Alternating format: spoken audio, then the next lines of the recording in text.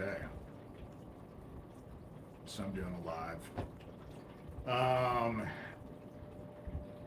I asked heaven to amaze me. And so far, how it started to begin is I have not been disappointed. Gov, I cannot thank you enough because I laughed out loud when you found out what you did. I laughed out loud, and I've chuckled to myself throughout the day. And it's not so much that the fact that that whole gas station broke a law, you know, it's what's funny about this whole situation to me is that when you find yourself on the right path, everything just seems to fall into place. And right now, I feel like my life is Providence. I have felt like my life has been Providence for a long time. And the Slime King has now threatened, of course, to get a one of those protection order things out. And he told me today that it was not a game, which pissed me off. I've lost people in this. I've lost people in this. And who have been killed. You know, Isaac Cappy and Owen are not the only two. And so, no, this isn't a game whatsoever. But I think that all of this, everything is building up. Everything is building up. They're fucking texting me right now on my phone, you know? And it just never stops, and it's building, and it's not going to stop. What made me laugh about that whole law is that is not unknown. I am sure it is not unknown. And so that's the reason why I just feel like things are all being investigated. They all are. And to get to the Slime King and the Dead Isaac Cappy Club and all of that, I just need to get one. I need one to fall. Because if I can get one to fall, they'll all follow. And Neil seems to be the one. You know, that gas station is the easiest thing to prove, you know? And the fact that he knew about it, there being 2 explosions, is also the easiest thing to prove. That's why I laughed about it. And so whoever's texting me, I can't even see what you're fucking writing. So stop. You know? It just never stops. And in the last 24 hours that have been emails that are I don't know who this person is, but they're obviously friends with the Slime King. They have both sides have acknowledged that they're friends. And now was sending me things about AK-47s, and then sent me tax information on my house. And then another account that's been associated with this started to attack me. And of course, I'm just forwarding all of this shit to police and to the investigators. You know, that's what I'm doing. I have a list, and then I take screenshots and I send it to other lists. You know, so it can't, you know. And so I know it's all being investigated. All of this is being investigated because with this gas station, they're going to want to know why. Oh my God. And I can't even see what they're texting. I have no clue. Everything is Providence. He brought up, the Slime King actually brought up the 2 other protection orders. I've had 2 protection orders. The first one was from my stepmother. And it was because she was trying to stop my blog and my book, which it didn't do. And I didn't have a lawyer. And so that's always a bad thing. I haven't had a lawyer, either one. And, but it's funny because my publisher just the other day, brought up the cupcake ladies. Because when my book was done and I was trying to have a book opening, every place we scheduled and advertised, my stepmother and her lawyer, which was her cousin, would send cease and desist letters to all of these people. And so I couldn't, every time that happened, then I couldn't have that book opening. But Dixie Quicks in Council Bluffs, they let me do it. And they got a cease and desist. I don't even know what this number is. They got a cease and desist. And they just were just like, fuck you. But the funny thing about it is that they sent one to my publisher. They also sent one to these cupcake ladies. And it was just two ladies who had a business. They made cupcakes. And they ended up calling and saying, dude, all we're doing is making cupcakes for this dude. We're not involved, you know? And so it's the whole fiasco has always been known as the cupcake lady fiasco. Every time I think about the cupcake ladies, that's what I think. And but then the one out in Kent, Washington, the thing about it is that I know that Doug Mesner was connected, and I know that my police knew that Doug Mesner was connected, because the things were driving me crazy, and I was going overboard because fuck, the shit that they were doing to me in Algona was awful. The only other place that was worse was Erlin. You know, here is bad, but it's not like it was in Erlin, and it wasn't like it was in Algona. But so we go to court, and again, I don't have a lawyer, and they don't speak, and the lawyer ends up. But after that, I finally went and looked at the 15 videos that were on the protection order. I never checked out before court, but after court, I realized, okay, I have to take these fucking things down. So before I started taking them down, I started to watch them just to see what I'd said. And not a one of them, there was 15 or so videos. Not a one of them had anything to do with the petitioners of that protection order. Not a goddamn thing. I only and solely talked about Doug Mesner, aka Lucian Greaves, founder of the Satanic Temple, who at the time, unbeknownst to me at the time, was living 23 miles away from me in Tacoma. And so, and I know that my police knew, because I've said this before. After I watched him, I went to the Algona Police Department and told D'Angelo, I'm not taking these videos down. They don't have anything to do with the petitioners. It only and solely has to deal with Doug Mesner. It only and solely deals with Doug Mesner. And D'Angelo actually laughed in my face and told me, we know. So protection orders are their favorite fucking thing. But the cool thing about it this time is, for the Slime King to get a protection order out on me, he has to do it in my town. It has to happen where I am. And if you think that I am not going to advertise, we're in an election year. Fuck, I would love to get in front of a judge and tell a judge all of this. And I would tell them everything. And I would pack that court, and people would go get the recording that comes after that to go buy it, to listen to it. That's what'll happen. So I'm not worried. I am sick to fucking death of having to deal with this circus. I'm tired of it. It is a fucking circus.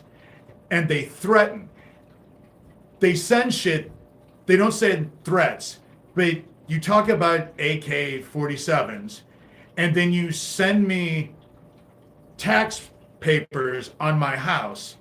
And then another account that's completely associated with this sends me a map of fucking where they are, somewhere down south, all the way up to where I live. So I just forwarded that to police too. But Neil Gross helped them hide that gas station explosion.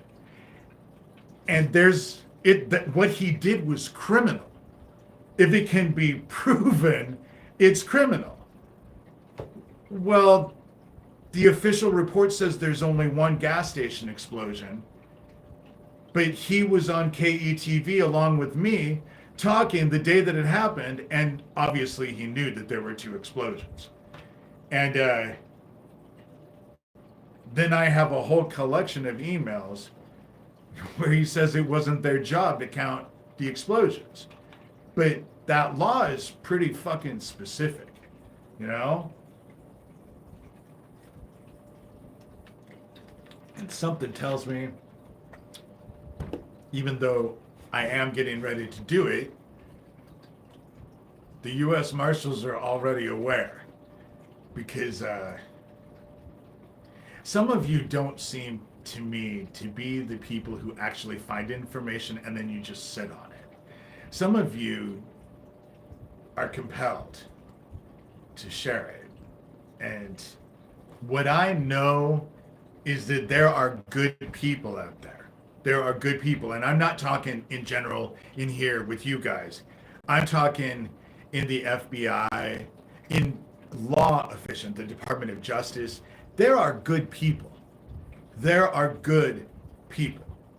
You know, I will be honest. When it comes to the election, for me, this is how I look at it personally, because we're all in it for ourselves.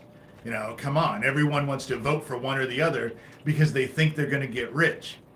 Me, I'm a little bit different. When Trump came forward, he was supposed to be this big freaking savior. Oh, I'm gonna fight these child traffickers and stuff. But in 4 years, I didn't see shit. And they raided Epstein's Island, and you still didn't see shit after that. I didn't see shit. But when it comes to Kamala Harris, she has a proven history record of going after child traffickers and all this shit. And that alone, because I'm in it for myself, of course I'm in it for myself, won't make a fucking bit of difference because I live in Iowa, you know? But this whole child trafficking bullshit needs to be stopped. And I am sick to fucking death. They think that they can act with impunity because my fucking sheriff will say that it's not his job to investigate fucking crimes, you know? But I think that because of how everything is going on, he's going to find himself between a rock and a hard place. Just like his deputy Donovan found himself between a rock and a hard place a week and a half before that fucking gas station explosion. Donovan fucking killed himself. So it'll be interesting to see what Neil does. It'll be interesting to see how this all plays out. But you reap what you sow. That's how it fucking works. And heaven is in complete control. I'm not in control. The Slime King thinks that I want to, you know, that I'm so egotistical. Fuck, if I had control, things wouldn't have worked the way they have worked. You know, I certainly wouldn't have gone through what I've gone through. I'm not in control.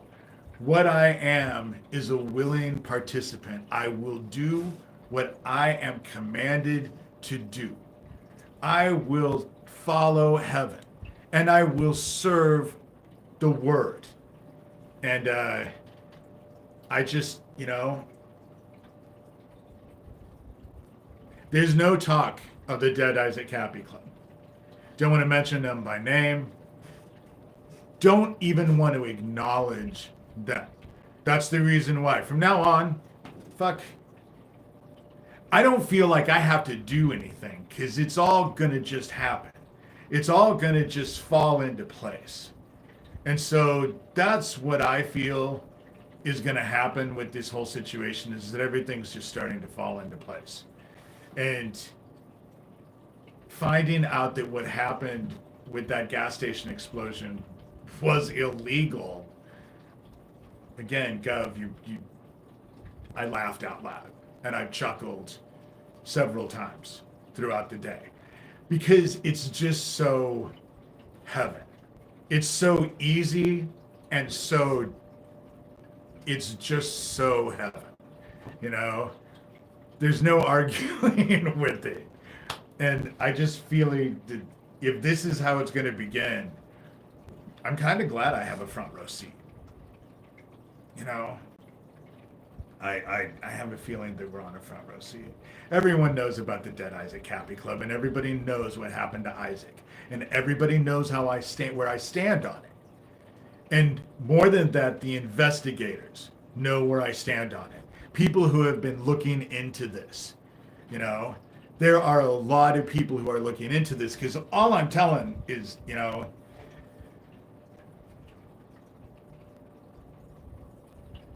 when it comes down to it, Neil is going to have to make a choice between does he serve the child killers or does he rat them out?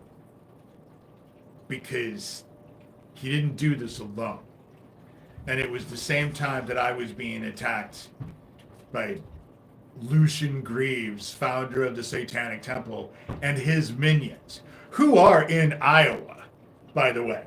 You know, who are in Iowa. So to say that they're not even around me is as stupid as saying that Doug Mesner living 23 miles away from me wasn't a big deal. It was a big deal. I didn't realize it until Fiona Barnett found out about it. And she found out about it because she was at the second Ivory Garden conference. That was when Lori King supposedly committed suicide. They came up unannounced, took her, brought them to her house, and then she ended up deceased the same weekend of the second Ivory Garden conference in Washington. Yeah, that's not fucking coincidental at all. This isn't a goddamn game. The Slime King pissed me off when he said it because it's not a fucking game to me. It is so not a game. And I am tired of it. That's how they all look at it. That's how they all look at it. And they do all this crazy, stupid shit that everybody, it freaks most people out. Me, it doesn't freak out. It's just, I have to end up pointing out. And I feel like I'm in a fucking circus. And I'm having to be the ringleader that has to explain the circus to the peanut gallery.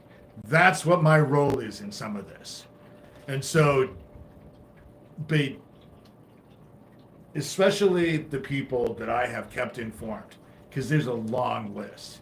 There are several lists, actually. You know, I sent one.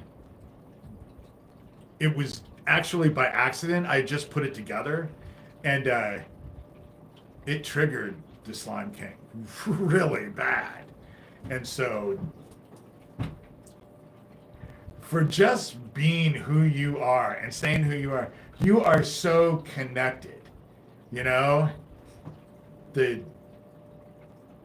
don't even know Rick Wilson, the dude that I watch on the news, and I don't fucking know who he is.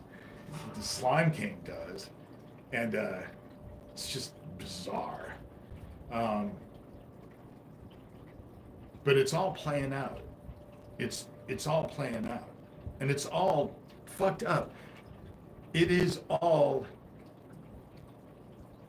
things are just starting to crash down. You know, that town in California that's getting ready to fall into the ocean, that's just the beginning. And if you watch the videos of the people who are showing the weather around the world and what's happening when they have storms, anyone can see that things are completely fucked up. And they're only getting worse. You know, they're only getting worse. Because heaven is here. You know, I'm a servant. I serve the word. How I look at things spiritually is unconventional. Yes, it is. But I have never, didn't go through the rituals that I went through as a kid. You didn't end up in the training that I went through as a kid. None of my fucking life has been conventional. None of it. None of it has ever been conventional. And so what I know, I just tell you what I know. And I'm told to do that. It's usually, you know, bringing up this whole thing about Bridget. Do you think that's easy? Because I know it's going to piss a lot of people off. Because a lot of people are really focused on it being one way. That's what ends up irritating me, is to get people who think that the end of the world is coming. They have this checklist. And if it doesn't match exactly on their checklist, they just dismiss it. But heaven is inside of us and all around us. It's not trapped in a motherfucking book or any book. You know, it's not. And the stuff that we're at the end. No matter what happens, for most of you, what you need to take away from what I'm saying is fill your hearts with love and love all that you can so that you are able to ascend. That's how it works. That's how it's always worked. I didn't make the rules. I didn't write the book. I wasn't around 2,000 years ago, you know, or plus writing that shit, you know. It's all stuff that we know, that we've been told. It's just that they've convinced everyone that it doesn't matter. And it does. Do is whatever the fuck you want. That's their whole tenet. Do whatever you feel you want, you know? Oh yeah, the Satanic Temple rewrote the 10 Commandments. Oh my God, that's just whatever. They're frauds.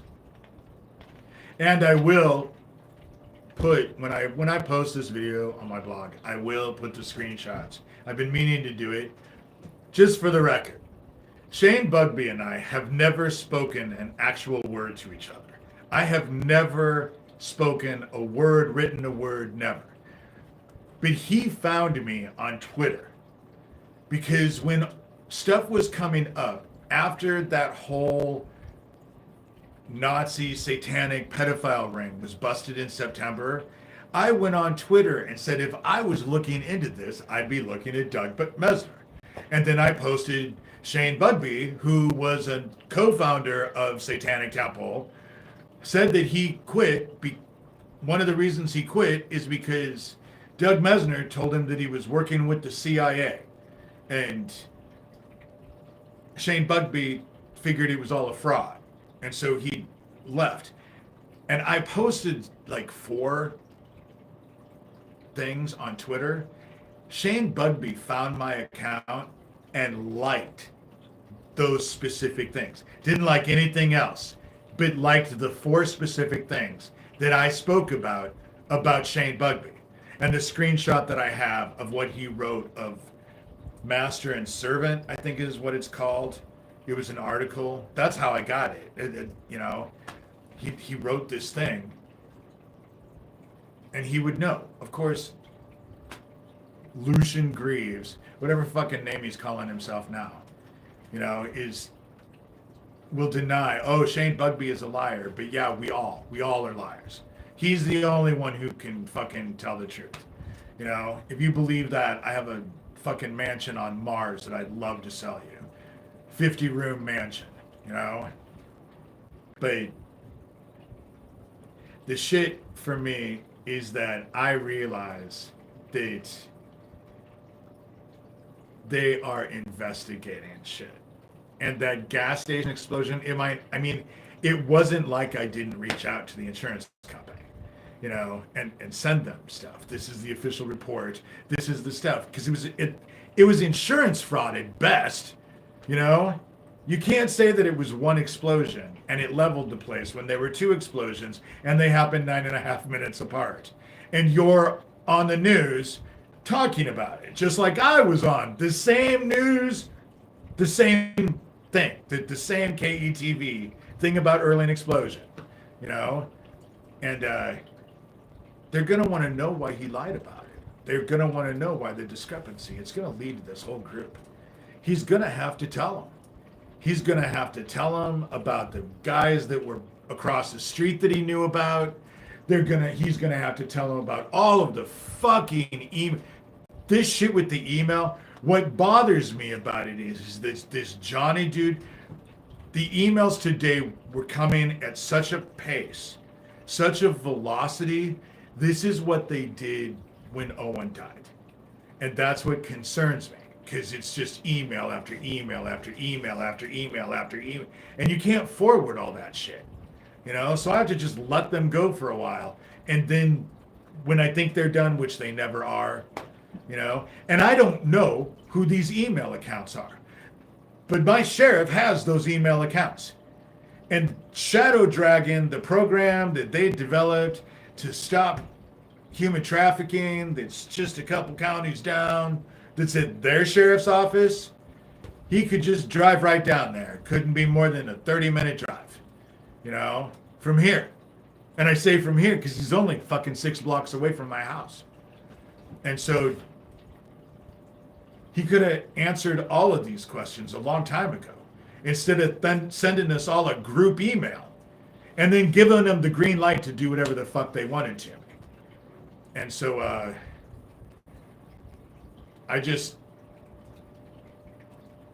I only share the shit with law enforcement.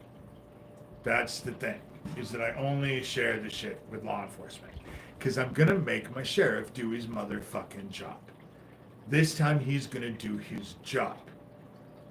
There's going to be no more, and there's no plausible deniability anymore, because he has little Chad Butler as his butt boy.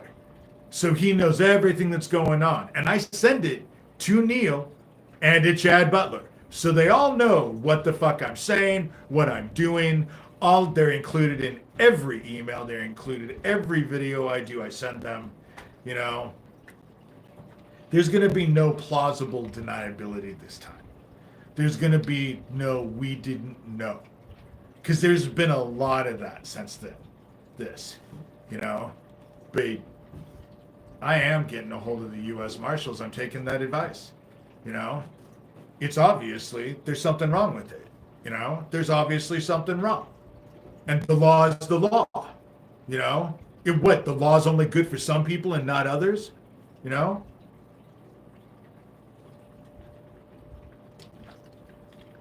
ain't gonna play. Actually, that's not true. I am playing. They wanted to provoke me. I told the Slime King today, all you had to do, oh my God, Captain Underpants is now fucking sending stuff. They are so focused on me. And they're following people around on social media. I get people telling me that they follow them around on social media. And so, but it's not going to make any difference. This gas station thing is going to fucking bring down Neil. And when Neil is brought down, the whole fucking house of cards is going to fall. Because they're all connected. This group is directly connected to that gas station. It is. Who else has the power to do what has been done to this gas station? The official report says only one explosion. The place filled up with so much fumes that nobody smelled them, and then an air compressor went off. That's what they think happened for one explosion. But there wasn't one explosion. There were 2 explosions. 9.5 minutes apart. Dan was able to get out, go back in, get his brother-in-law, get them both out before the second explosion leveled the place. Who has the power to make that go away? And it's going to come out that way. That's how it's going to come out. And there's no way to start with this, you know? And to say that that place filled with fumes that nobody smelled, that place had been there for 40-something years. That place had been there for 40-something years. And that big-ass room that they were in fixing tires in. Nobody smelled that, you know? And so they close on Friday. I think they were open maybe Saturday morning. They were open Saturday morning. So they didn't smell anything Saturday morning, but then Monday morning, it filled up with so much shit that it leveled leveled the place. But one explosion is not the same as two explosions. And Neil is on record, just like I am. We were both interviewed by KETV. We were both interviewed. He knew there were two explosions, just like I did, you know? But after my sister bought, I think that my sister buying the house right across the street, that's what precipitated all of it. I had been under so much attack before. Oh my God, it was like a nightmare. Erling was a fucking nightmare to live in. They beat the shit out of one of my dogs. They fucking would fuck my shit up. Oh my God, it was a nightmare to live there. But everyone knows that there were two explosions. Everyone knows. And so it's not like it was secret. And they have a fucking video of the second explosion. You know, there's so much stuff there. And so there'll be questions of why the discrepancy. And that was against the law. I don't know who beat my dog. Fucking kicked the shit out of one of my dogs. She peed really dark pee. She had to have been bleeding internally because it was so dark. And this huge pile of poop never had happened. I came home.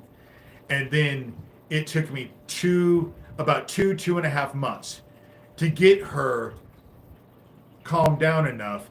I had to carry her from upstairs to downstairs. And I had this huge house. And if I didn't have the food down or the door open, if I put her down, she was so afraid of whatever happened down there that she'd run right back upstairs. And I'd have to go back up there and carry her back down. And that took me 2.5 months. It was fucking traumatizing. But it was meant to be traumatizing. It is. Fuck, they just came into my house and put stuff in my food in hopes that I would feed it to people in town. That's the stupid shit I've had to go through. And the police know. My sheriff knows. My sheriff knows. There are so many, there is just so much going on from every angle. That's the reason why God told me not to worry about it. It's providence. It's all going to happen and play out. And so, you know,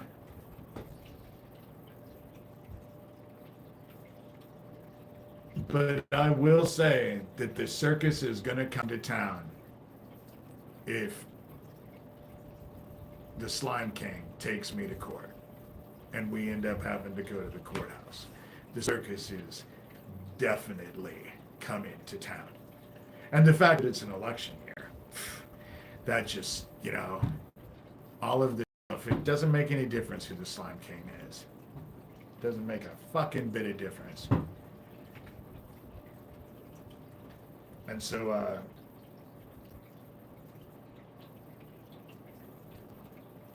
I'm just tired of dealing with all of this. Because to me, it has to be government. It has to be. Who else can do what was done to that gas station? Who else? You know, that can't just be done by anybody, you know? And so it has to be done. That's what I'm ending up dealing with. And the difference is that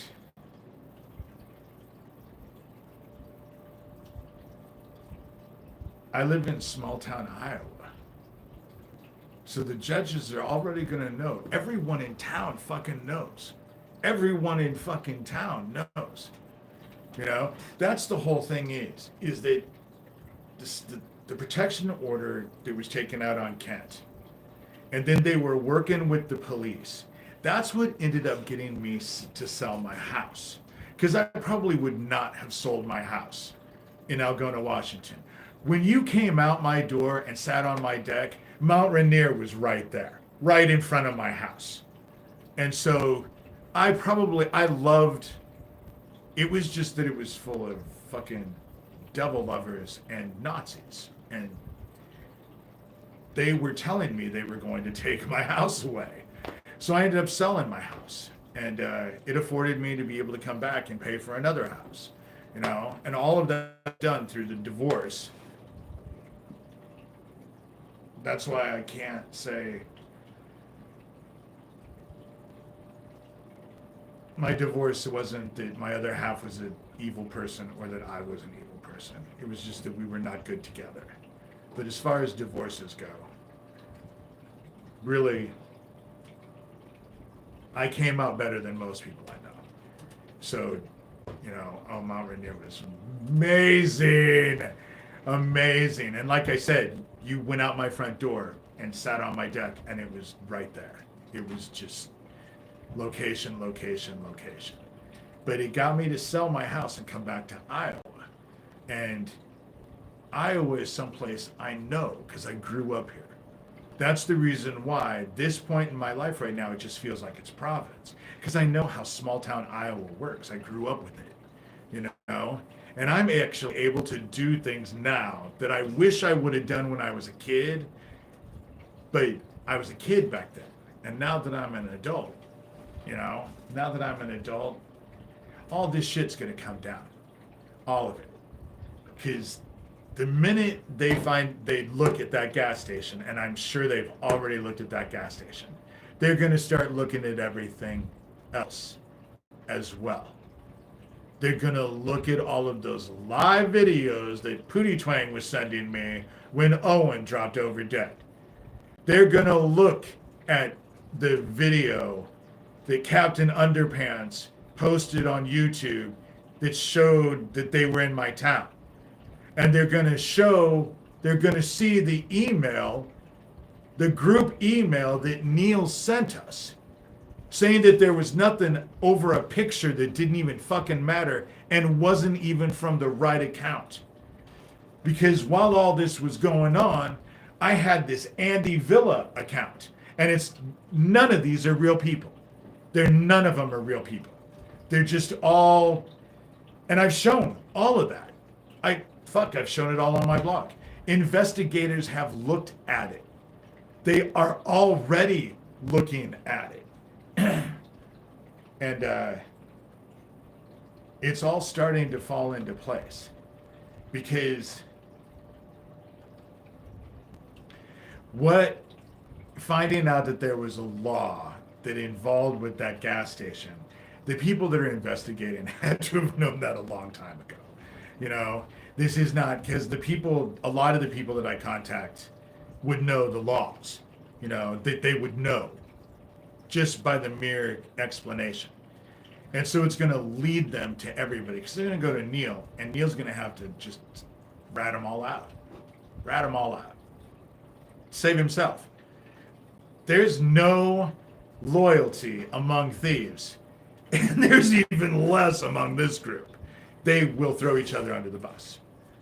And they can't fight what's here fighting them. Because heaven has told me, just sit back, you know? Do what you want. If you want to do a video, do a video. If you want to sow. If you want to just lay around, do nothing. Lay around and do nothing. Heaven has this. And so, I would not be so sure. I would not be so sure. What is happening is that heaven is involved. And it's feeding their paranoia. That's the reason why I live in their heads rent-free all the time. They think about me way more than I think about them. And that was the frustrating part about it, because I told the Slime King today in the email exchange that I was sending to police and investigators, you know, just stop. If you would just fucking stop, but it's the one thing that he doesn't seem to be able to do, you know? If they would just fucking stop, you know? But they can't help themselves because they've dealt with doing this with impunity for so long. What I know from what I've seen is that no one has known how to deal with these motherfuckers. No one has known how to deal with them. Isaac didn't know how to deal with them, got overwhelmed. Nathan Stoltman didn't know how to deal with them. Tracy Chapman didn't know, or Twyman didn't know how to deal with them. Over and over and over, there's a whole long list because they do this shock and awe campaign. But they never once think that it doesn't affect me because of my training. The shit that I was taught to do, that I was taught to do so early in age that it is instinctual to me. I can't tell you how I do it. You know, I don't know how I do it anymore. I just, you know, I'm able to figure shit out. And heaven brings me stuff all the time. Perfect example this morning, you know, finding out about that law. And it just made me laugh. And look at what's happening to my hair. You know, I haven't felt well since that whole situation. And with the coffee and the half and half. It had an effect on me, let's just put it that way, and it hasn't been good. My body has not been feeling well. But their fucking microwave bullshit has been off the fucking charts. Off the fucking charts. The camp in Arizona. The easiest way to find out where that camp in Arizona is go do research on Craig Sawyer and Russ Dizdar, because they're the ones who came out all about that camp in Arizona. They're the ones. So actually go investigate Craig Sawyer and Russ Dizdar together when they were going on national television and telling people to send them checks in the mail to help child trafficking. That's the easiest way to find out where that, because that's the very one that Isaac was looking into, was that one, that very thing. And so the fact that the Slime King actually told me that this was not a game pissed me off in such a way that I cannot even begin to describe to you. That did irritate me, because it is a game to them. It is. You know, it's all a bunch of fucking just, it's exhausting to deal with. It's exhausting to deal with. And it's funny, I did that video saying I was taking a seat back. They obviously didn't like that, you know?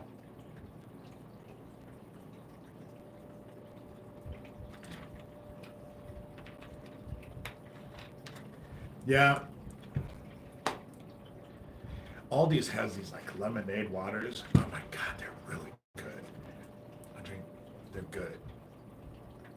And so, and Gub, I talked about you at the beginning of this. You made me laugh out loud this morning. You did. You made me laugh out loud. And I've chuckled so many times since then.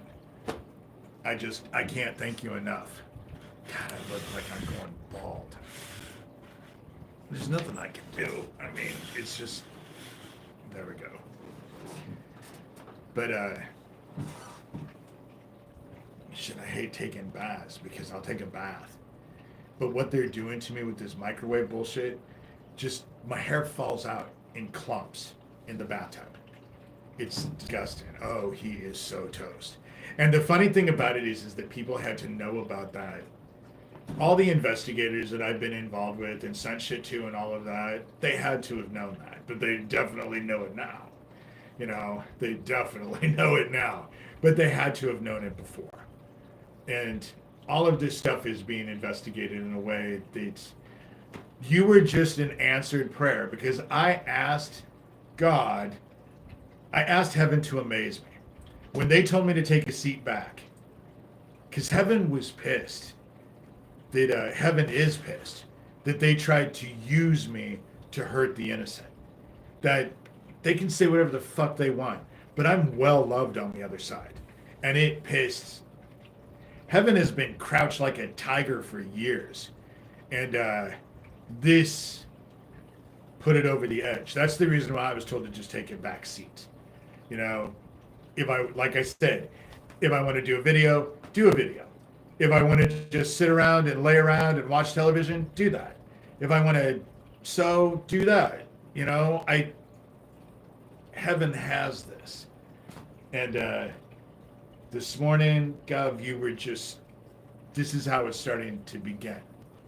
And I was just, oh, you are so definitely part of the plan.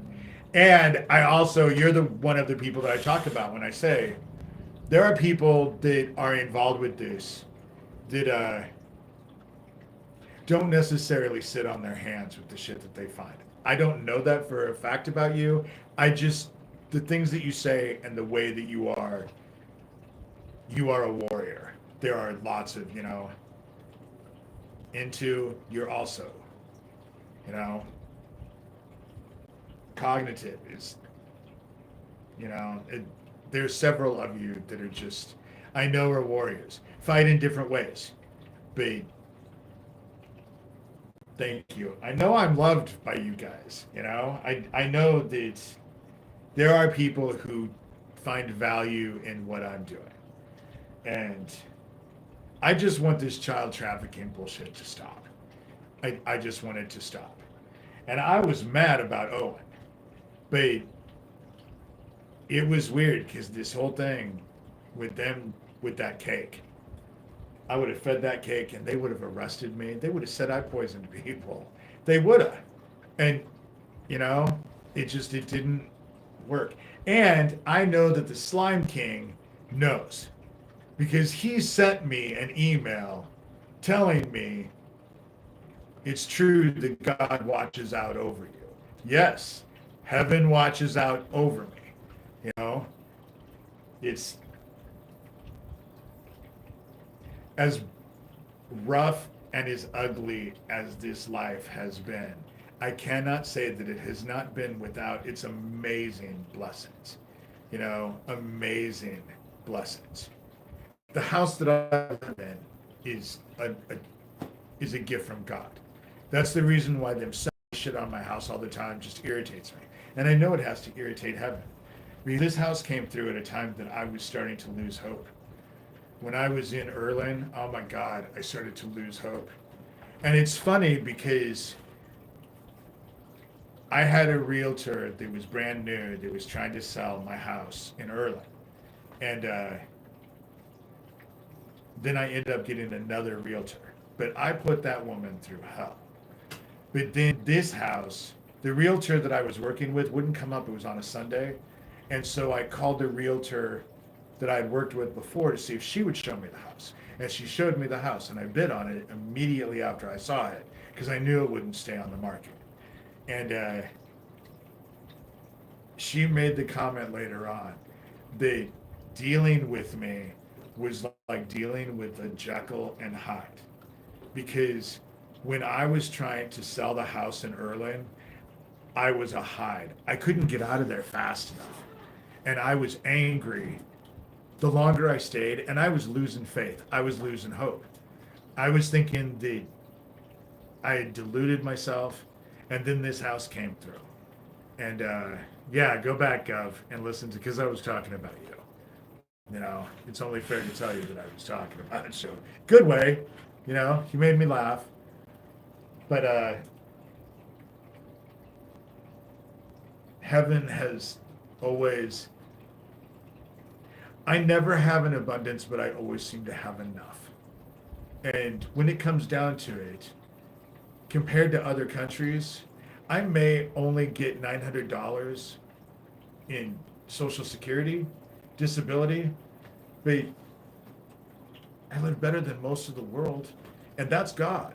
That's God. It's all been God. God has kept, the funny thing about it is that being disabled with post-traumatic stress disorder, the gift that it gave me in this lifetime is that it gave me time.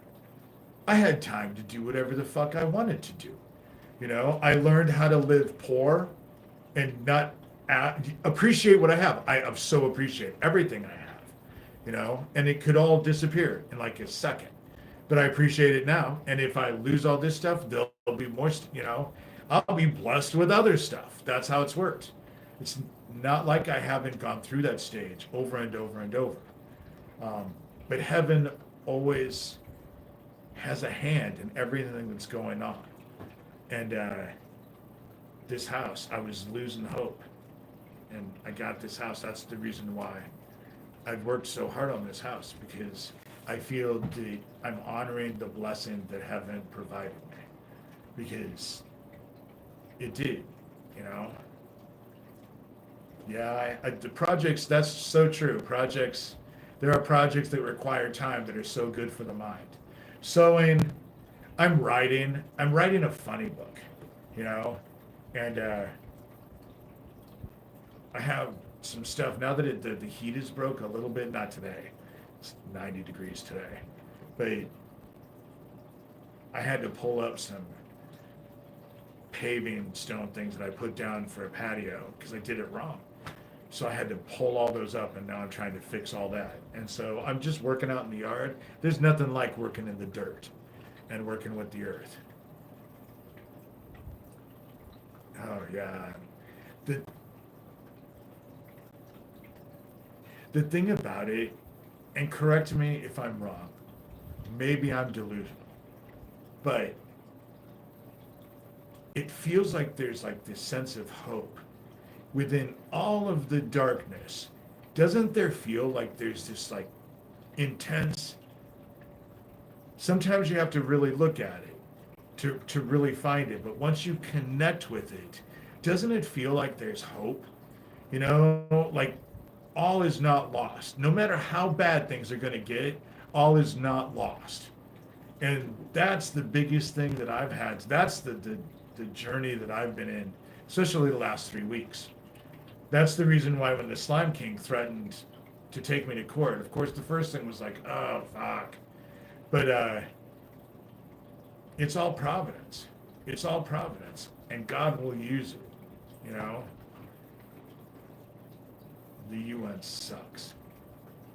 Programming, video editing plugins, architecting a website. See, that's just, in some ways, I feel like The Godfather, which I hated that movie. Did you know that Godfather 1, 2, and 3, someone gave me the whole set, and it took me like 6 weeks to get through it because I hated it so bad, because it just reminded me of the shit that I grew up with, because it's all, in a lot of ways, it was like mafia run, so it was almost too close to home.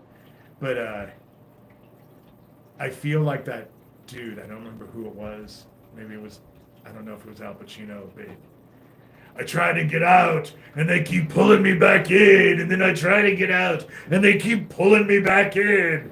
And that's kind of how I feel about this whole shit. And so, but I don't take it seriously anymore, because I know heaven has it all. The U.S. Marshals know, because I've already I already sent shit to the insurance companies. That was the first, that was the first thing that I did, because shit, it had to have been insurance fraud. Insurance companies don't like to pay for things that they're not liable for. And there's a reason to have a question about it. That's all I'm saying,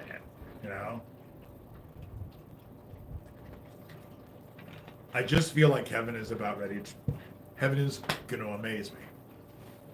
It's all going to play out. No matter how it plays out, heaven is going to amaze me. And I will do as I'm told at the time, because I don't get to see ahead. What I get told is shit to do. That's what I get told. I get told to do shit. And usually it's shit I don't want to do. That's what I get told. When heaven talks to me and tells me to do shit, it's always shit I don't want to do. Opening up comments and talking about Isaac Cappy. I didn't want to do either one of those things. You know, I did because I don't question it. Because if I question it and I ignore it, it just gets louder. It doesn't allow me to just look away. It's just easier to do what I'm told. That's as crazy as it sounds. It's just easier to do what I'm told.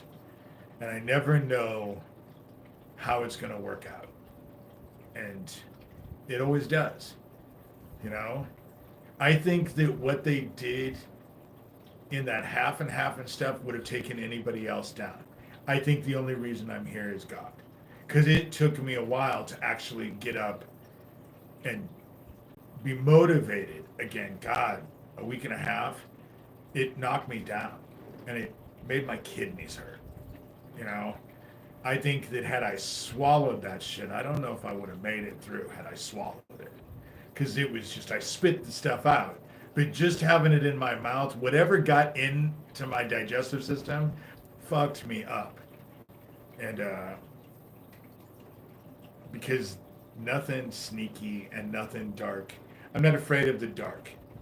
The whole thing about it is that there's no more fallen. There's no more fallen. And heaven is all around me. The stuff that I get told to do, heaven has, they're not able to do. I follow heaven. And it's not anything. When you do dark shit, you know you're doing dark shit. You know, that's just it. When you're doing dark shit, you know it. And none of it is, you know. I eat a lot of cilantro because I really like cilantro, and it's summertime, so I eat a lot of cilantro. Dandelion, I actually like dandelions. I've eaten dandelions before. It sounds weird, but in the spring, especially when I get dandelions in the yard, I'll go out and eat them. You know, they aren't even trying anymore. They're getting bored playing their own game. They'll send aliens soon. Oh, that's coming. They want to deny God. And what's going to end up happening is that God has sent the angels. That's what I know as well. Is that the angel, all of heaven is here. They've already lost the war. There is no more fallen, you know? And the things that I talk about, all of this stuff, people can say whatever they want, but I wrote about this in Confessions of an Antichrist. I'm not talking about anything I haven't already written about over a decade ago, you know? See, I like bitter, though. That's the whole thing. Dandelion is good raw. Oh, I can usually find the root. I will toast it, though. I've never done that. I like the bitter. I don't know what it is, you know? I think that's the reason why they put that shit in that. But they put that half and half so that I would cook it. They want control of me. They want control of me. Of course, now that Slime King is saying that he's going to go get a protection order because they want control of me. You know, that's the thing about it is that that's what they were doing. Lucian Greaves, founder of the Satanic Temple, was telling me that I was going, because what ended up happening is that the protection order, all of a sudden then they said that I broke the protection order. And do you want to know how I broke the protection order? They parked at the very end of my driveway, and I came out and gave them the finger. But they were sitting at my driveway. That's how I broke the second one. And that was all of Ryan Miller's doing. And do you know that I didn't get to read the police report until I went to court? The police wouldn't allow me to have it.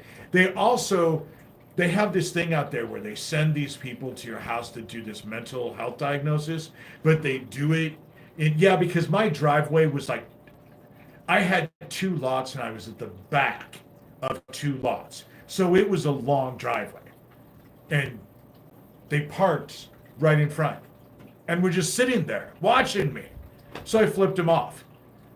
I was outside and I was on my porch and I flipped them off and went inside. And that's how I broke the protection order, is that I flipped them off because they were sitting right there. And so that was all Ryan Miller. Then I went to court. The only reason I got to read the police, anyway, they have these people who come and do diagnosis. They do mental health diagnosis. And Lunger is the only cop out there that I trusted. And so before I even went to court, anything, he had come to my house and he was just like, just so we can cross our T's and dot our I's, can I have these people come to your house? And I told him, yeah, if you're with them, you can come. So they came and sat in my living room. They sat in my living room for an hour and a half. And the reason why the Algona police wouldn't let me have that report when I went to court is because during that they told me, wow, you have like really amazing coping skills. Because everything was stressing out. And they asked me, well, what are you going to do? And I said, well, I'm going to go to the sound and just go walk around the sound. There's no one there. It calms me down. And it just gives me a peaceful feeling. So, yeah, I heard about the school shooting in Omaha. Schools are on. We're going to find them. We're going to see a lot more of this. School shootings are going to become a thing. Didn't J.D. Vance say that they become a thing of life? Water is cleansing. That's why I lay in the bath. I don't lay in the bath to get clean. I lay in the bath to meditate and pray and usually journey, because I close my eyes and just let my consciousness go, because I do it so much that I don't need all the bells and whistles. I can just do it at will. That's, public schools aren't safe. And they're raising bullies, they're raising bullies. Kids are lonely. And daycare is as cruel as old folks' homes,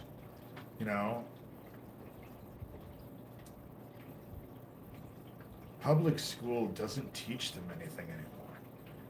They don't have classes like critical reasoning.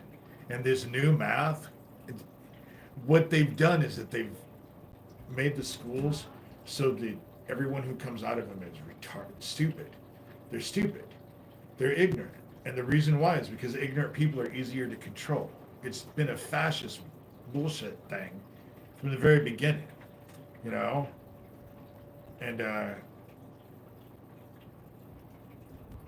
if anyone wants to know why public schools are so messed up, go read John Taylor Gatto's The Underground History of the American Education System. This will blow people's minds. Gov, when I end this, will you put that in the comments? I think people would really like that. Some of the stuff that you put in there, I would really like it if you guys put the stuff in the comments, because people actually read the comments. And then if they don't get in the comments and you can't get them in the comments, let me know that they're not getting in the comments, because I'm not playing this game anymore. The social media stuff, they have control over it. They have control over it. And they manipulate it. They've manipulated everything. And in my life, the shit that is going on in my life is so outrageous. It's so outrageous. And so I just,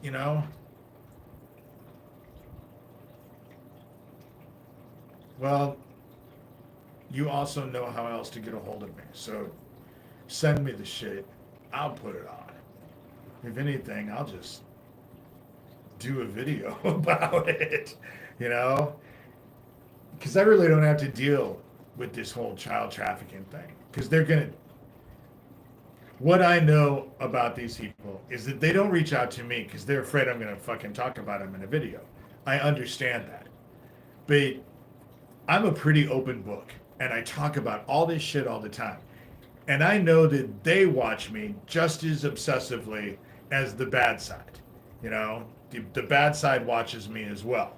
I'm not living rent free in their head, but what I get told of people in town is that it's fun to watch my videos because I'm animated, that I can be interesting, kind of funny.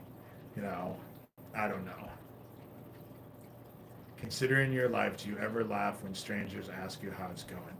No, but you don't go into detail either. You know, a lot of people a lot of people around me don't want me to go into detail.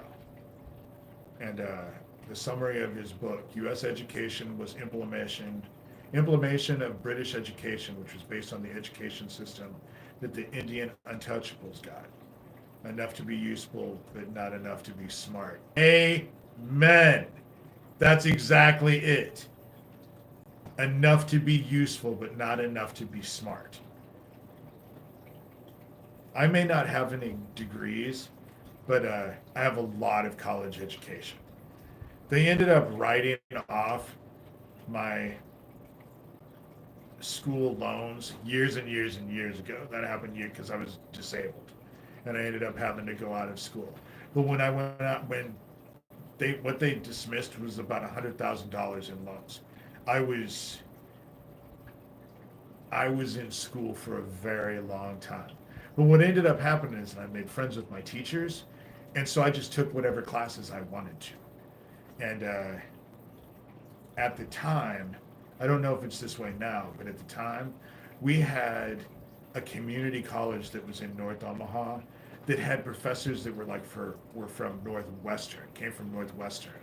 These Ivy League schools that taught classes. It was so much fun to go to school. And it was just fun. I like to learn. I like to read too, you know. Platonians, 1920s, very interesting. Yes. The education was implemented 1800 to 1900 to get coal and other industrialists. They wanted workers. They still want workers. They don't want you to be able to think. And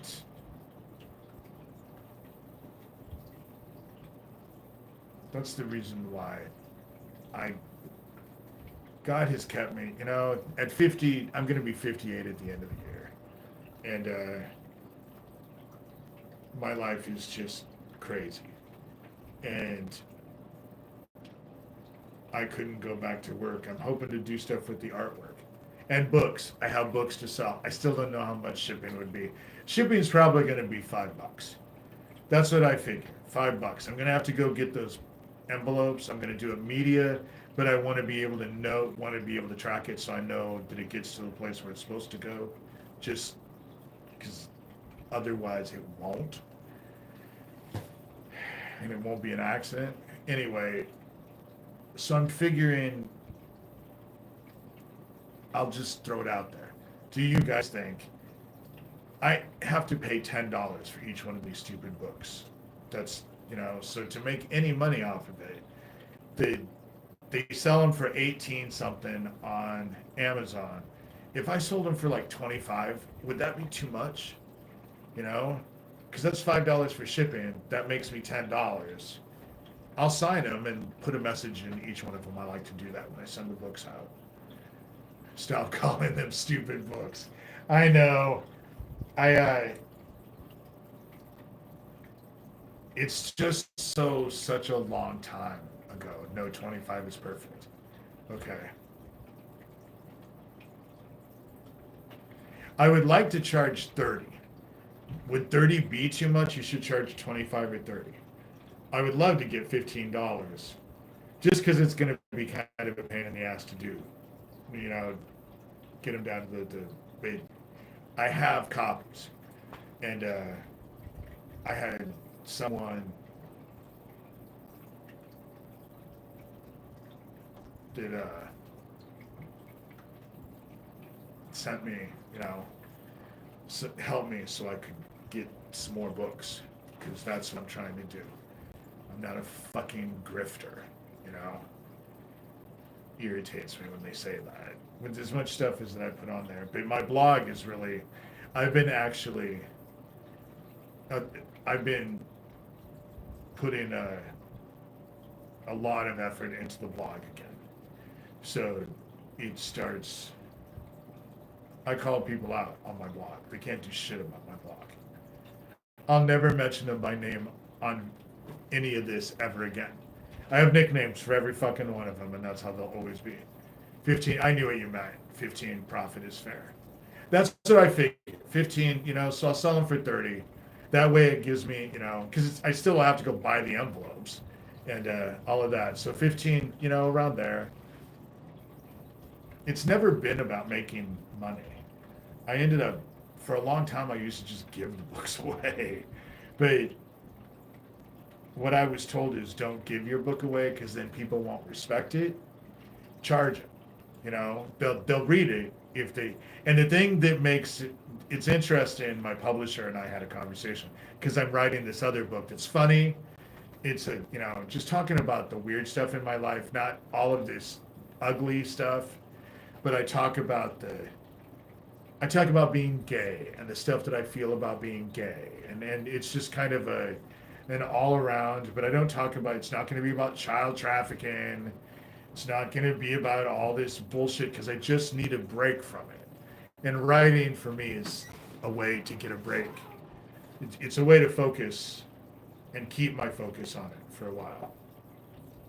Thoughts on paper are far more valuable. They are. They're far more valuable. And it is about stating value. It's not about making money. I give this stuff. I will never charge for my blog. And I give the extended version away for free. And I send people to that. And I give it away for free because it's on my blog. However, I can't do that with the Amazon books. And the Amazon book, my publisher told me the two things that are different about my book is that one, it still sells. People still buy it. I've never made a lot of money on it, but the little sales that I've had have been consistent since 2012. I have not even come close to $14,000. You don't make enough money on a book. And the $5,000 it cost for the audio book, that hasn't even begun to pay back. However, it's never been about the money. It's always been about trying to get this information out. Always trying to make a difference. I want to make a difference. I want these dickheads to be stopped. I want this group to be stopped. And I'm sick and tired of... Yeah, the books, I'll sign every single one of them. And you guys tell me who to sign it. A lot of you I know kind of on here. So when you send it, just send $30 to either Venmo or PayPal. It's just Shurter. In the comments, tell me where I'm sending it and who I have to sign the book out to. And then and I won't share any of that information. And I'll send the book out. And I have to wait. I can get it so that I can send it out. So I'll try to be really prompt on getting those books out. But I'll send, I'll sign the thing and write stuff in there. I always like to do that. Anyway, and so, but my book, not only has it sold consistently, but especially with the Kindle, my publisher can see how many pages get read when people get my book. And she told me that most of the time people buy books on Kindle, they only read to like the 4th chapter. People generally stop at the 4th chapter. She said, but consistently, she would say almost always. In fact, she's never seen a time that it didn't. If someone starts my book, they'll finish my book. They'll read it to the very end. And the reason why she can track that is because I get paid by page. It's only like a cent. I think I get like a penny a page. But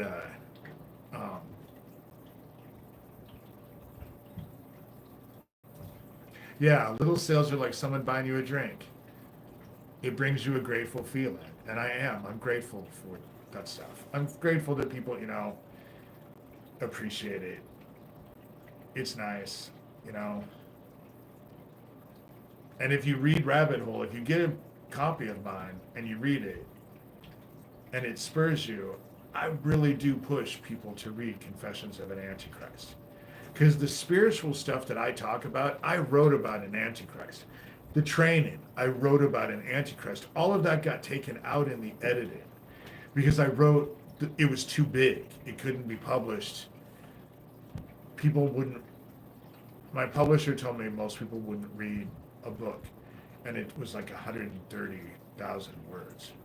That doesn't sound like a lot, but it ends up being a lot. With everything that was taken out and everything that was added, um, Rabbit Hole ended up being, I think, 62,000 words. And so, oh no, just, so if you do read Rabbit Hole and you like it, then go read Confessions. Because Confessions goes into a lot more detail. And it has the whole spiritual stuff. It has all the training that I went through and the perspective that I have and looking at all of that. Because the stuff that I talked about just this last week, in no way negates Jesus Christ. In no way negates the Word. In no way negates anything about Jesus Christ. The key thing is to fill your hearts with love and love all that you can. You need that energy to ascend. That's how it works. But talking about the mother and the father and all of that, that's all stuff that I know for a fact that it's true because I am able to, travel. I was trained to, they called it remote viewing. Some people call it astral projection, but Aquino and his group, they all refer to it as remote viewing. And it has everything to do with consciousness, being able to send your consciousness places and then feel what's going on and trust yourself. I rarely go out because I find it so much more interesting to go in. So when I do remote viewing, I go inside because the kingdom of heaven is inside of us. It is also all around us. But the way to connect with heaven for me is to go inside of myself. Because there's nothing like connecting to the divine within yourself and letting it come out of you. You know? Oh, God. Noreen. Yeah, Confessions has way deeper things in it. There's way. Confessions of an Antichrist is way deeper. That's why I say if you're just interested in just the little stuff, it's great because you have a book in your hand, and it was a lot of work to get that book, to be able to have a book in your hand. But if you're going to read, and they actually broke into my blog. That's why I have to pay security on my blog, because they broke into it and rewrote Confessions. So when you go above and it says the real version of Confessions on Antichrist, there's 2 links there. There's what I wrote. They wrote. I kept it. I kept that link. And I kept all of that so you people could access it. So they could compare the 2. What did they take out? Because that's the interesting part. What did they take out? What is still in there, and what did they take out? Because what they took out is the stuff that's probably the stuff that's the more interesting stuff. And so, Noreen Gosh was a gatekeeper. She was involved. She's always been involved.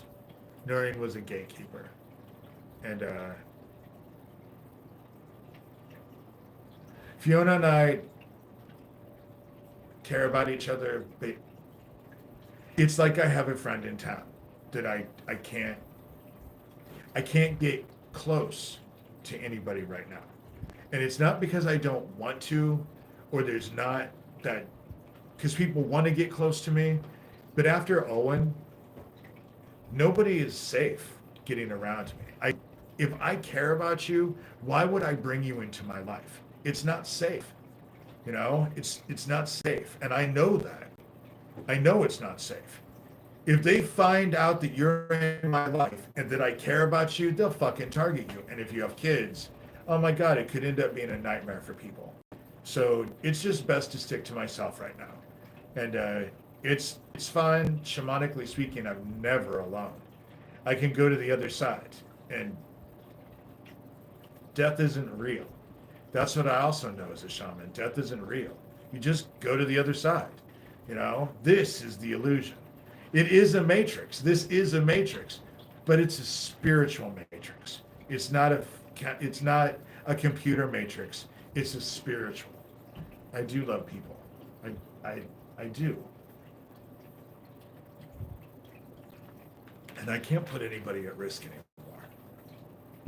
After Owen, after Owen, there was, but God, my sister Cindy on the other side, she never leaves me. Anytime I want to hear her, all I have to do is focus. I fear only heaven, and I don't even really fear heaven. The only time to fear heaven is when you're not doing what you're told, because people have fallen under this misconception that our spiritual parents are like these parents that let you do whatever you want. And that's not the case. It is the case up to a certain point, but then you're going to find out that it was not in your best interest to do that, because to every action there is an opposite and equal reaction. And as evil as this shit has been, heaven has anger towards it. That's the thing that the Dead Isaac Happy Club and Lucian Greaves and his little satanic temple people didn't understand. The anger that I had at what they did to these children. Do you know that heaven was even angrier about it than I was? So it wasn't really hard to convince heaven to help me. It wasn't hard at all. In fact, they have it your way Burger King version of things. That's right. And it doesn't work that way. It's not a pick and choose,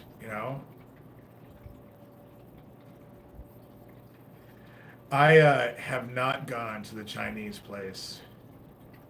There is a Mediterranean place. It was the very last place that Owen exposed me to, and he had just found it from a friend took him there, and so he took me there, and I go there because it was the last place that I go there a lot.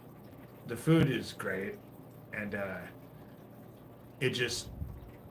the thing about Owen has been really, really painful. That's when the Slime King told me, this is not a game. Having to have dealt with the repercussions of what has happened in my life since Owen has been taken out of it, it's not a fucking game. And what I had to start remembering with all of this is that when all of this started to happen and I started to get involved with it, and I got into because I got into a relationship. I started taking care of my mother. I went to therapy and I got into shamanism.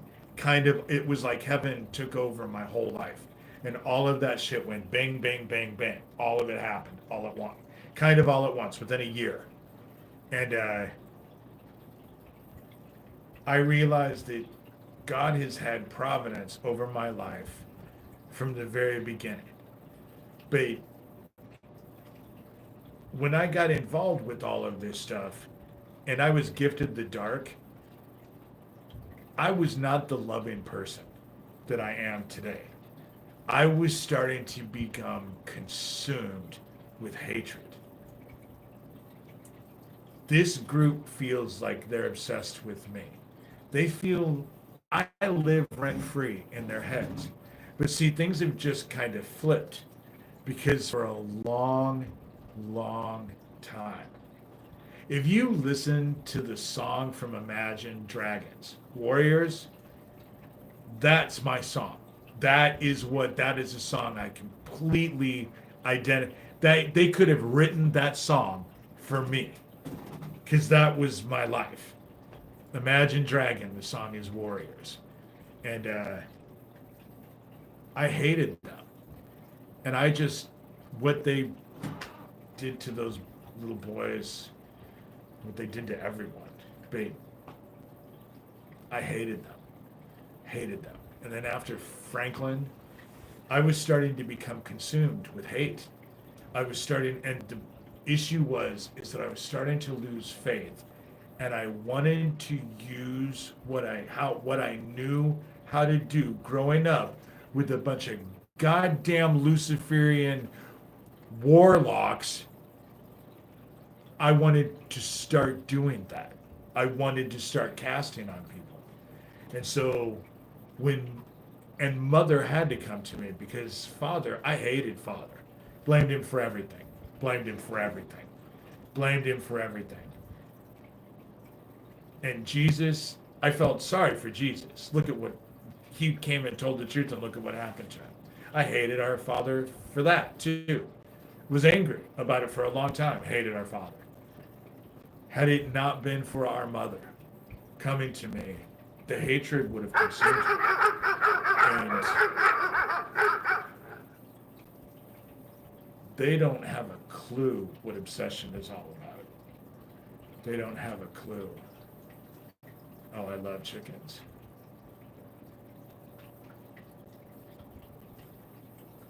Hatred felt icky. Did hatred feel powerful when it consumes, or is it frightening? It was kind of scary because the stuff that I was taught to do and who I was supposed to be, what my thing was, the reason why I didn't cast for such a long time, even though I was so angry, was because it made me like them and I didn't want to be like them. I spent all of my life pretty much gilding my life to do everything opposite of what they would do. That's what ended up happening because I was terrified of becoming them. No, it's the notifications on my phone that when you hear barking, I just forgot to turn the notification thing down. And so if I get notifications, because I hear the dogs barking, it catches my attention. And so otherwise that ding, ding, ding, ding, ding, I don't hear that.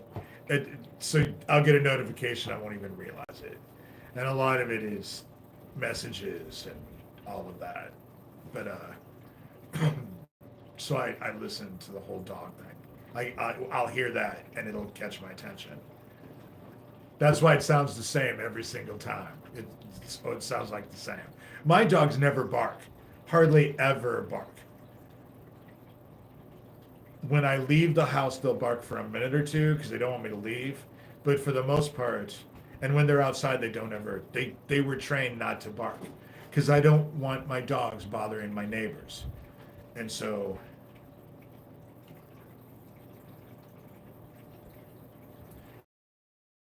rumors that the ETs will initiate contact in 2025, 2026 when we are ready. I don't know how I feel about extraterrestrials. I have a tendency not to believe in them and think that it's all going to be bullshit. But then there's another part of me that thinks, well, the universe is pretty fucking big. And, you know, maybe there is, but I guess the biggest reason is that they wouldn't make contact is because if they got here, they would be more intelligent than we are. And watching us, oh my God. If they make contact, it will only be to exterminate us. Because we're like a virus, you know? And so it's a military attack. They are real, but they taught our military to make crafts. It is kind of true. Especially in America, we're wide open. We're wide open, you know? Yes, we saw what happened January 6th, but for the most part, all of these people, yes, they're loaded and armed, but when you see pictures of them, they couldn't run a half a block.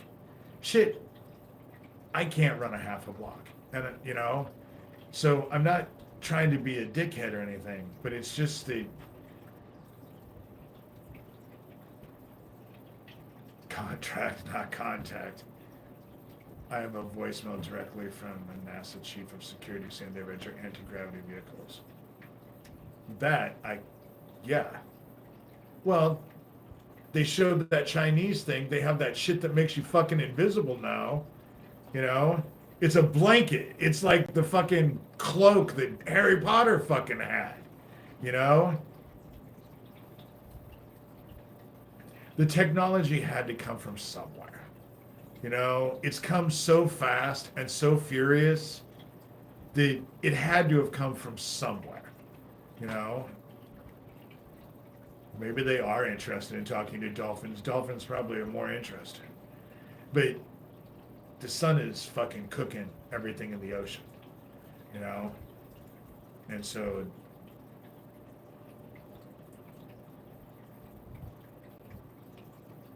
there is no need to fix what we made ourselves. In the US, we're just so caught up in bullshit, you know? That's the thing about it is that we're in a political year. The Slime King takes me to court. Oh my God, it'll be the talk of the town. It'll be the talk of the town. It will be. I don't even want to even conceptualize what's coming because I never get it right. I never get it right. I never see what's coming. But Gov, your information, and now I know you didn't care, so next time I'll just fucking take a screenshot and give you credit for it. I felt bad about not giving you credit, but then I thought, well, no, I can't put him in that situation. But now I realize, fuck, you don't give a shit. You want to be put in that situation. You seem to be, you're kind of like me in a respect. I mean, I'm not trying to say, oh, we're like, you know, I'm not trying to be weird, but you kind of have the same, they can go fuck themselves. I'm going to do whatever the fuck I feel like I want to do kind of attitude. There are lots of us who have it, you know? But, and I actually appreciate that part about myself because I just don't give a shit. Heaven tells me what to do. That's the only thing that I care about. Gov is a boss. Yes, he is, you know? Yeah, the days are ending and we still sit taking photos for approval from strangers. That's the reason why talking about that shit, doing Bridget's prayer and then talking about what I know spiritually about our mother, the next video, that was not an easy video for me to do because I knew that it would end up pissing people off because people wouldn't understand what's going on. But shamanism is the only thing that saved me from their fucking witchcraft bullshit. Because shamanism is the opposite side of the same coin. And I had to learn how to deal with it. And shamanism helped me learn how to deal with it. Because it was starting to take over control. Which that's what it did. That's what it did to my dad. He got so caught up with himself and his own ego and the shit that he could do that he lost his soul in the process. And I didn't want to do that. I've never wanted to do that. But the shit, that gas station is now, I just realized that that's all being looked at. It is. Because the shit that I know in town that is just, it is amusing. I don't want to talk about it, but I know that shit is happening. And I'm going to send you a funny series called Love Gov.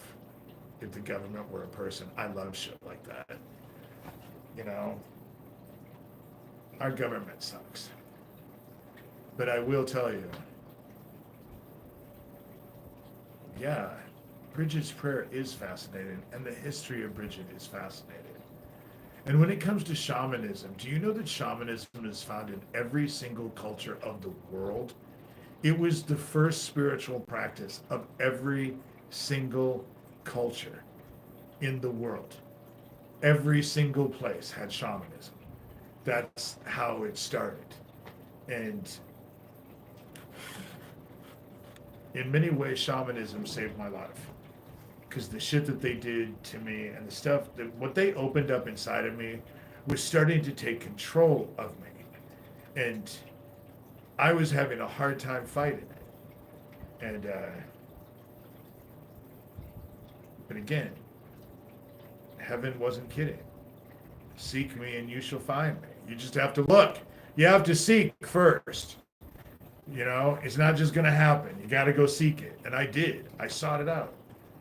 Because I was afraid I was going to end up being the vessel for the Antichrist. And I so did not want to be the vessel for the Antichrist. That's the reason why they can't find anything on me.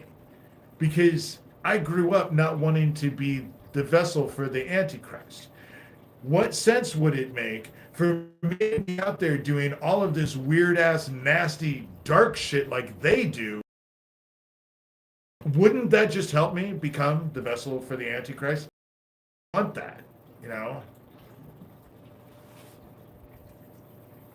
Shamanism for me is a way, it's like, I believe that Jesus Christ was a shaman. I do. I believe that Jesus Christ was a shaman. He went off by himself and listened to God within him. That's what a shaman does. That's what I do. You know, that's what I do.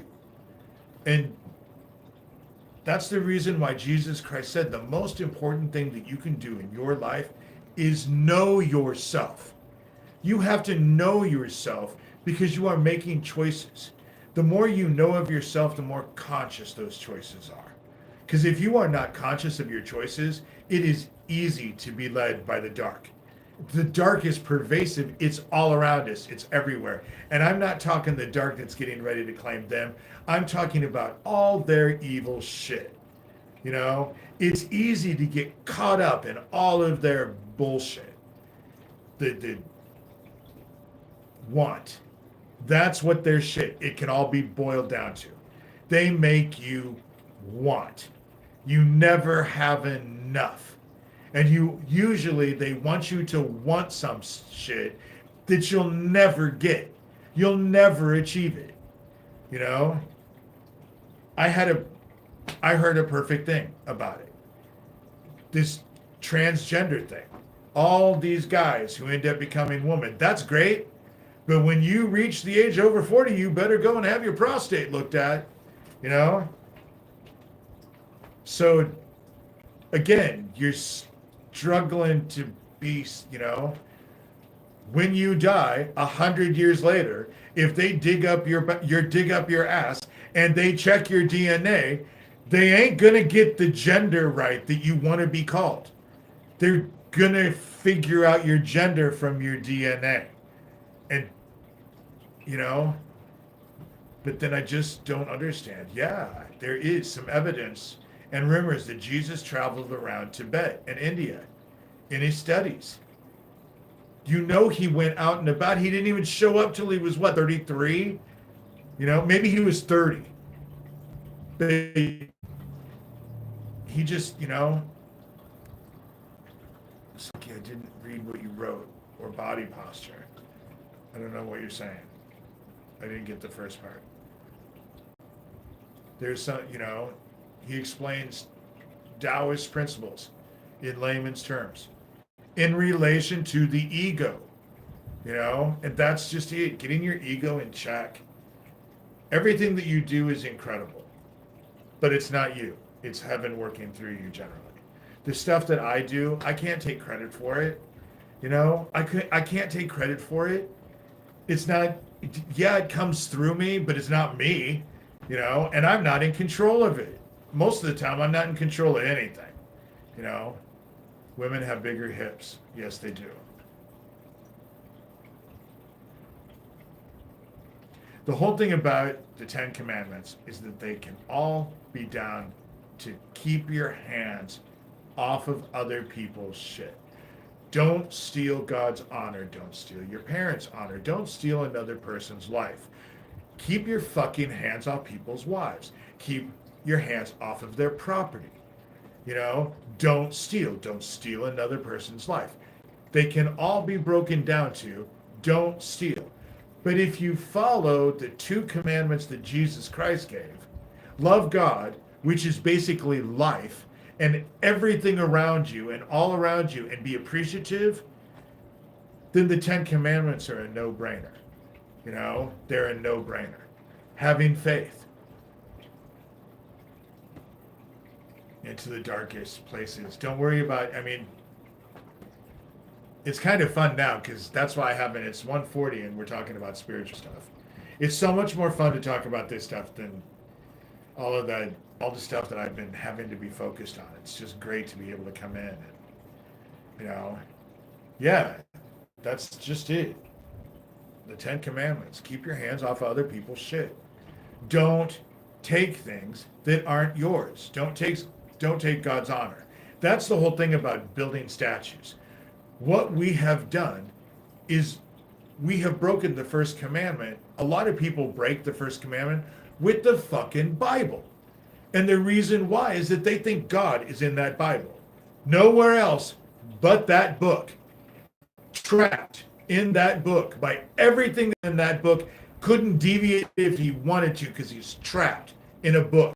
And that's not how heaven works. That's not how God works.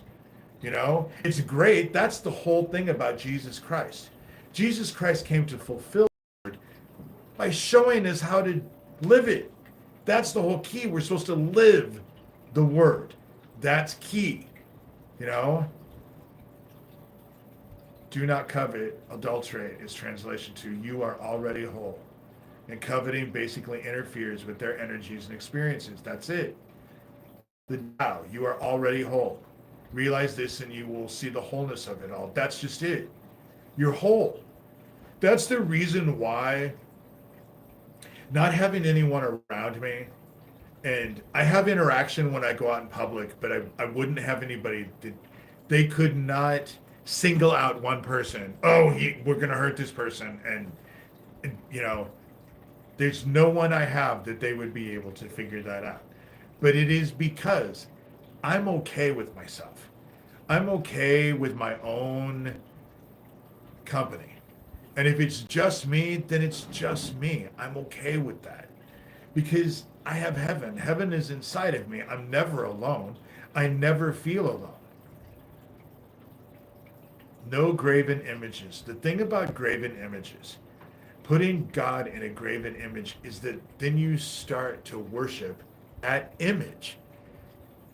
The gold cow, the gold calf that they did after Moses. When Moses came down from Mount Sinai, I think that's what it was, with the 2 tablets, they had built a graven image of a calf that they were worshiping. That's why you don't worship graven images. God is inside of you and all around you. What image are you going to be able to worship that signifies that? You know? No, you shouldn't worship the image. God, the word is to live. We are to live the word. That's what it ends up happening, is that we are to live the word. And that word is love. As tried as it may sound, as much as they have actually trashed it as much as they could, you know, it's all about love. Fill your heart with love. And we're at the end. The sun is cooking us. The sun is doing things they've never even seen before. There's an asteroid that's coming that they're afraid, the god of chaos asteroid or something, they're afraid is going to hit us. Not to mention, and they're going to make us focus, they're going to get us focused on aliens. And the reason why they're going to get us focused on aliens is because that shit from Beetlejuice is headed right for us. And so they're going to try and keep control for as long as they can. Gov says an image captures the essence of what is pictured, solidifying it into a standing wave, that in a way locks up the energy from remanifesting or manifesting in aligned ways. That's the reason why Native Americans say that the picture steals their soul. I hate pictures of me because I look like a fucking serial killer in every one of my pictures. I mean, people laugh when I say that. I am so non-photogenic. That's why I don't really even like these videos, because I don't do these because I'm so sexy or, you know, I do them because it's the information, you know. I was born bright, not pretty. I'm intelligent. It's not blowing my own horn. It's just stating the fact. I know I'm smart. I may not always be the smartest person in the room, but when I'm not the smartest person in the room, that's a room I always have a fun time at. Because I love to be around people who are smarter than I am, who have interesting things to say and opinions that they've actually thought about and can actually explain in a way that shows, you know, Gov, I think that you would be just a hoot to go out with to dinner with sometime. Because I just think the conversation would be, I just love smart people. That's why I like coming in here, because I think all of you guys are smart. You look fantastic. Thank you.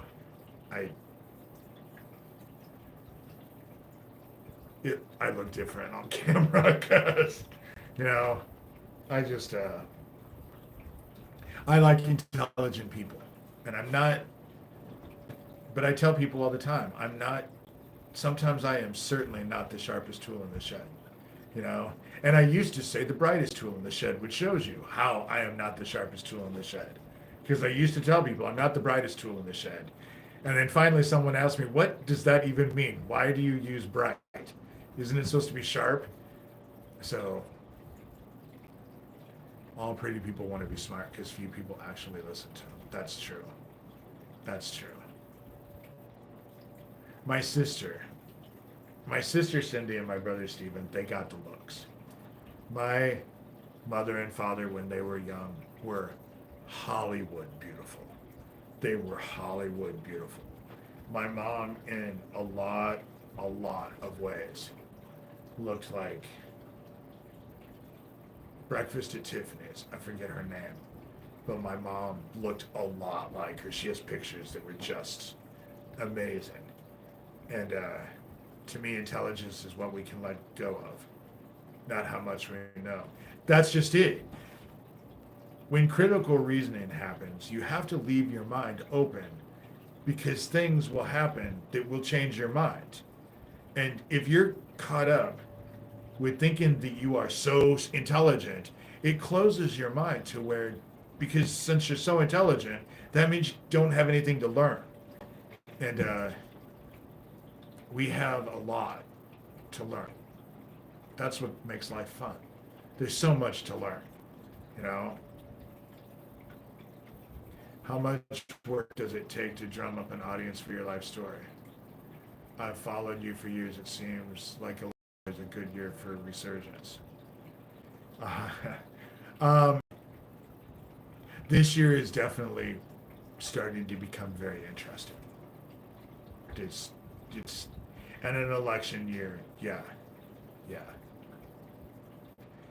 I'll tell you, I'll tell you guys, when I found out that Kamala Harris, when she was a prosecutor, had a history of going after child traffickers and human trafficking, I've already reached out to the Harris campaign and sent them to my shit.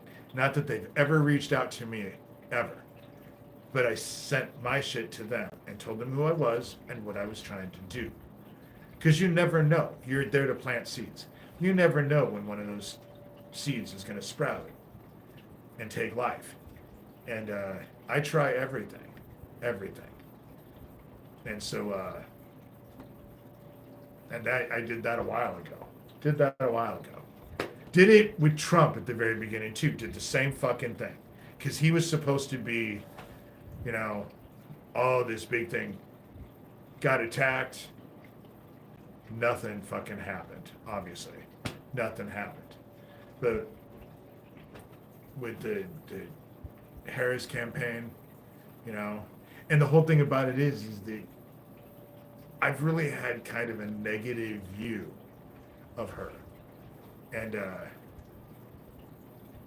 I do think that they all break bread together. They're all involved in the system. It's the system we're fighting. And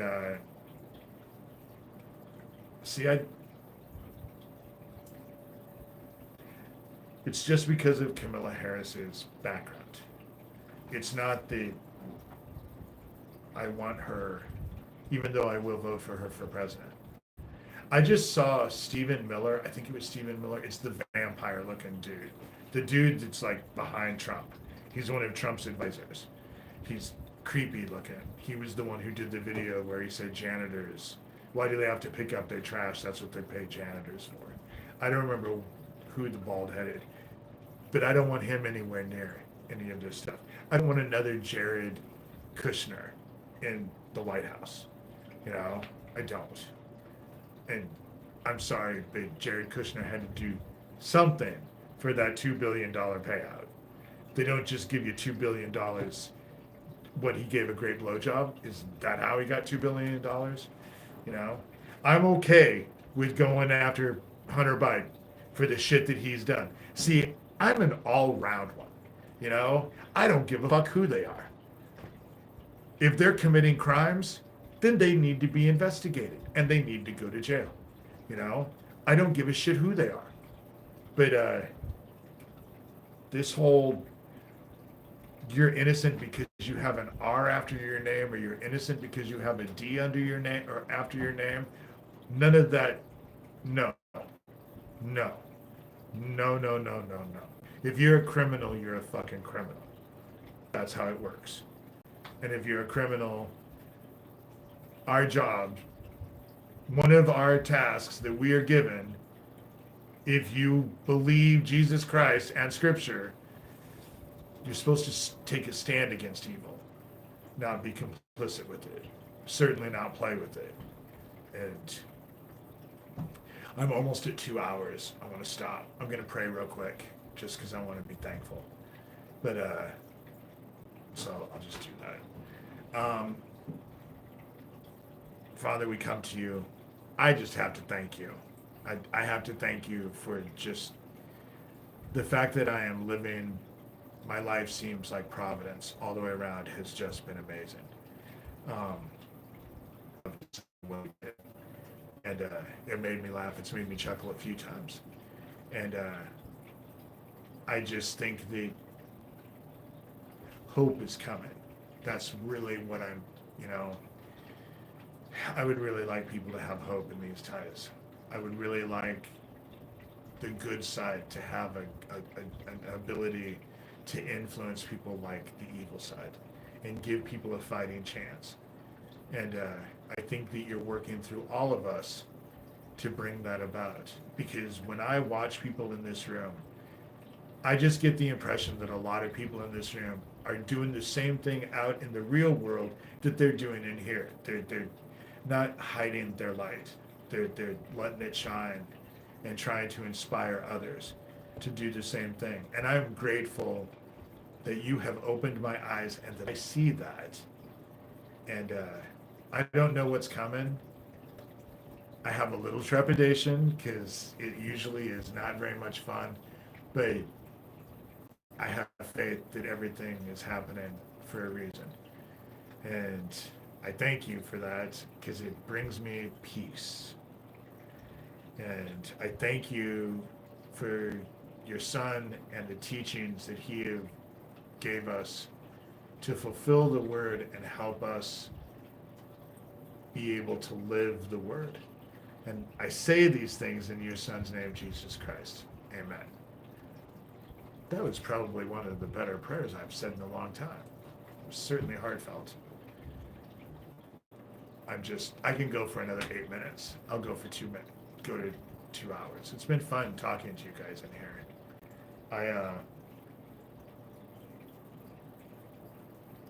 Life is interesting. I will say that my health, it has taken a while. Ever since that half and half thing, it knocked me down hard. And like I said, my kidneys hurt for a while. It's getting better, but then I've prayed about it as well and actually just focused on heaven. Heaven kind of heals you allow it to. And again, the things that I said spiritually, you can agree, you can disagree. At this point, the only thing that people need to focus on, fill your hearts with love and love all that you can. Get that energy in your heart so that you are able to ascend. All of their dark shit is coming out. It's all coming out. You know, And there's not a fucking thing any of them can do to change it. Because it's already way beyond. It's already way beyond. And we'll see what happens. Dude.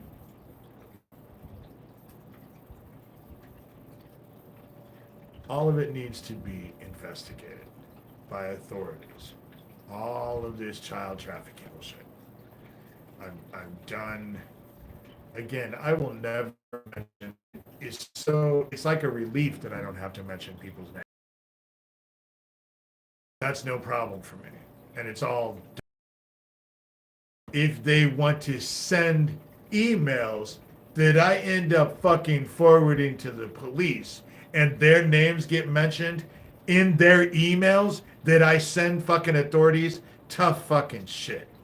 Because I'm not playing this goddamn game.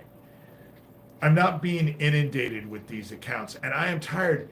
Today, I wasted so much time having to deal with that. I got some shit done, but that's what they do, is that they consume your fucking time. You know? They're constantly. And I will tell you that the velocity, the rapid fire of these emails was exactly what Pootie Twang was doing when he was sending me the live videos when Owen perished. Sending me live videos of my town. You know? It was the same thing. So if anything happens to me, if I just disappear, I didn't just disappear on my own. Obviously, I'm certainly not going to do anything to myself or anybody else. You know, that's just not in my nature. God would be pissed off. It just wouldn't be worth it. You know, I don't like to piss off heaven. Never goes, it's not pleasant, you know, for me or anybody. It's just, I'm more aware of it. So guess I'm way luckier than people who are fucking just doing whatever the fuck they want and are totally oblivious to the consequences that are right in front of them. Because that's what's coming. The consequence, it's all coming to a head. It's all coming to a head. And there's no way to stop it. And fill your hearts with love. Do what we were commanded to do. Follow the 2 commandments that were given to us by Jesus Christ. Love God, life, and everyone else. That has nothing to do with scripture. It has nothing to do with churches. It has nothing to do with fucking established religions of other people. Fill your hearts with love any way that you can. If that requires you to, you know, it will compel you to go out and help people, because that's how it works. Compassion, empathy, caring, it's all part of it. That's the reason why I do this shit. The shit that I've been doing for years, trying to expose all of this bullshit, that's the reason why I've done it. Because I love you guys. And I love God. And I love kids. And this shit needs to stop. It needs to be investigated. And heaven has allowed me to do what I've been able to do for a reason. And I believe has kept me here despite everything that they have tried to do to me. And I am still upright and still going. And that is only because of God. You know? Faith is being sure of what you hope for and certain of what you do not see. Pray like you know that your prayers have already been answered before you even spoke the words out loud. That's how it works, you know? Yes, true love is the only way to destroy cruelty. Make sure that shit isn't in your heart. That's the key thing right now. All on a personal level for all of us. But with that said, I am getting off of here because I'm rounding right up to 2 hours. So fill your hearts with love. Bye.